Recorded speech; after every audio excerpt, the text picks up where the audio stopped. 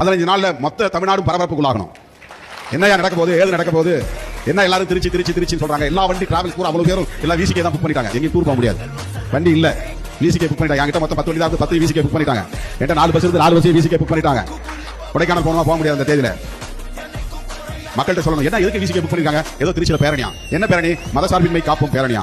என்னையா மதசார்பின்மை காப்போம்? டிபேட் நடக்கும். நீ வண்டியை புக் பண்றதே இவ்வளவு அரசியல் இருக்கு. நீ வண்டியை புக் பண்றதே இவ்வளவு அரசியல் இருக்கு. ஒருத்த வண்டி இந்த அரசியலுக்கு சம்பந்தப்படாத வண்டி கேட்பான் போய் டிராவல்ஸ்ல. இல்லங்க அந்த ரேட்ல வராதுங்க. ஏன் வராது? அது விசிகே காரங்க புக் பண்ணிருக்காங்க. என்ன எங்க போனாலும் விசிகே சொல்றாங்க. என்ன அது ஏதோ பேரணி நடக்கலாம், மதசார்பின்மை காப்போம்னு. மதசார்பின்மை காப்போம்னா என்ன அர்த்தம்? டீ கடையில உட்கார்ந்து பேசுவான். இவ்வளவு விஷயங்கள் நடக்கும். எனவே இதை நெஞ்சிலே இருத்தி மற்றவை யார் சாதி அரசியல் பேசட்டும், மொழி அரசியல் பேசட்டும், இன அரசியல் பேசட்டும், நம்ம களத்துல எவனும் வந்து விளையாட முடியாது, கப்பு சுத்த முடியாது.